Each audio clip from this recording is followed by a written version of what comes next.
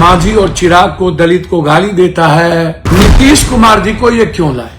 इनका दिमाग ठीक नहीं है, बीजेपी कहते थे। तो आप थाली में थूक फेंक के चाटने वाले पर भरोसा करेंगे, उम्मीद करेंगे जो खुद कमजोर हो। सत्ता के लिए ये पैर पकड़ सकते, मरवा सकते। एक ही घाट पर उपेंद्र कुशवाहा, मांझी, नीतीश जी, चिराग जी, बीजेपी। सानी हिम्मत नहीं होती है इन लोगों को बीजेपी के गठबंधन से निकलने की। इतना खौफ है कि नरेंद्र भाई मोदी जी के नियत में, नीत में, कथनी में, करनी में कितना फर्क है। मैं इसलिए यह बात कह रहा हूं, ये लगातार परिवार की बात सब कुछ ये दिग्भ्रमित करते हैं, हर चीज। चुनाव आयोग, दो चुनाव आयोग का नहीं होना क्यों? आप हमको बताइए ना। ऐसे समय में जब चुनाव सामने में, क्या ये ईडी सीबीआई, राम पर तो भरोसा नहीं रहा, ईडी सीबीआई पर भी भरोसा खत्म हो गई। नीतीश कुमार जी को ये क्यों लाए?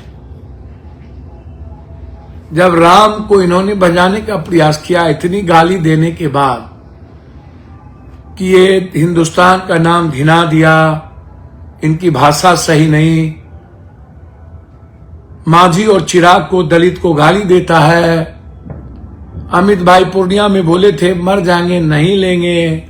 ये जाति जनगणना करने पर इन्होंने कहा था जाति मैं नहीं चाहता हूं, ये लोग जाति का जहर पैदा कर रहे हैं।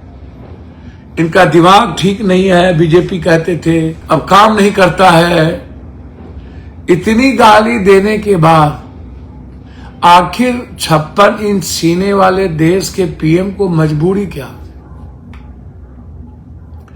जब ये देश का नाम मिटा दिए थे और सब पगड़ी पहन के कितनी भद्दी भद्दी गालियां दी, और नीतीश कुमार जी को खत्म करने के लिए चिराग जी को सहारा बनाया, और फिर चिराग जी को घर से निकाल के फेंक दिया, उनकी पार्टी तोड़ दी। चिराग जी की पार्टी बचने दी? तोड़ दिया ना, तरपा दिया ना। अभी रामविलास पासवान जी की आग बुझी नहीं होगी कि उसके बच्चों को घर से निकाल दिया, रामविलास पासवान के फोटो फेंक दिए, अंबेडकर जी की मूर्ति पर पैर रख दी। तो आप थाली में थूक फेंक के चाटने वाले पर भरोसा करेंगे, उम्मीद करेंगे जो खुद कमजोर हो, जो छोटे छोटे। देखिए, एक तरफ तो मैं धन्यवाद दूंगा मोदी और अमित शाह को कि सत्ता के लिए ये पैर पकड़ सकते, मरवा सकते, ईडी से डरा सकते, फंसा सकते, जेल में बंद करा सकते, ये सारी लोकतंत्र को खत्म कर सकता, संविधान बदल सकता, सारी संस्थाओं को खरीद सकता, सारे पैसे 1.2 जिसमें 3 आदमी, अदानी के पास सारे पैसे। हमें तो आश्चर्य होता है कि फिर 9 किसान को गोली लगी और किसान मारे गए। एमएसपी इसीलिए लागू नहीं होती है ना कि अदानी की गोदाम खाली न रह जाए और सारे मोनोपोली किसानों के अनाज पर अदानी से हट न जाए। और अदानी जो केंद्रित है, गोलवलकर चाहते थे, आरएसएस चाहते थे कि तुम मीडिया घराने पर कब्जा करो, एक तरफ संस्थाओं पर कब्जा करो, दूसरी तरफ पूंजीपतियों को अपनी मुट्ठी में रखो, ईडी सीबीआई, और उसको सारे चीज सामने लाकर। तो इन्होंने तो कर ली और अब किसान को ये मार रहे हैं। सिर्फ एक व्यक्ति अदानी के चलते इन्होंने पहले भी 900 किसान को मारे और फिर मार रहे हैं। तो आपको कितना भरोसा बचेगा? कब तक आप इनकी क्या क्या आप देखेंगे? क्या क्या कोर्ट के निर्णय के बाद मुसलमान भाइयों ने एक बार भी कोई बात आज तक, विवाद 2 भाई के जमीन पे होता है लेकिन कोर्ट के फैसले के बाद लोग स्वीकार करते हैं ना।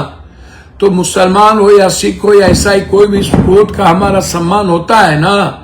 फिर इनके लिए कोर्ट का कोई सम्मान क्यों नहीं? तो किसान की स्थिति भी वही, उस पर भी कोई चर्चा नहीं।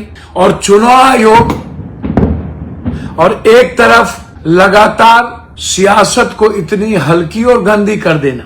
प्रजापति को मुख्यमंत्री यूपी में, जब आप इतने मजबूत हैं नरेंद्र भाई मोदी जी, जोगी जी तो प्रजापति जो आपको इतना क्या क्या गाली नहीं दी, उतनी गाली तो कोई दे ही नहीं सकता था। जैसे हार्दिक पटेल को आपने लिया, इतनी गाली देने के बाद जिन लोगों ने आपको गाली दी, खंजर भोंका, उसको आपने लिया, और जिन लोगों ने भाजपा को बनाया उसको लात मारे। तो उसके बावजूद भी आम आदमी जो हमें सुन रहे हैं, दिल से मैं किसी के आलू भरोसा है। और जो लोग कहते हैं कि मैं बहुत ताकतवर हूं, 400 पार, तो फिर इन लोगों को इतनी खुशामद, इतना मजबूत प्रधानमंत्री, एक ही घाट पर उपेंद्र कुशवाहा, मांझी, नीतीश जी, चिराग जी, बीजेपी, साहनी, सबको डराना, हिम्मत नहीं होती है इन लोगों को बीजेपी के गठबंधन से निकलने की। इतना खौफ है, इतना डर है। और नरेंद्र भाई मोदी जी भगवान पर भरोसा नहीं रहा, उसके बाद नीतीश जी पर भरोसा, चिराग जी पर भरोसा, मांझी पर, उपेंद्र पर, साहनी पर, प्रजापति पर। देशवा न्यूज पर वीडियो देखने के लिए लाइक करें, सब्सक्राइब करें, साथ ही बेल आइकन दबाना न भूलें।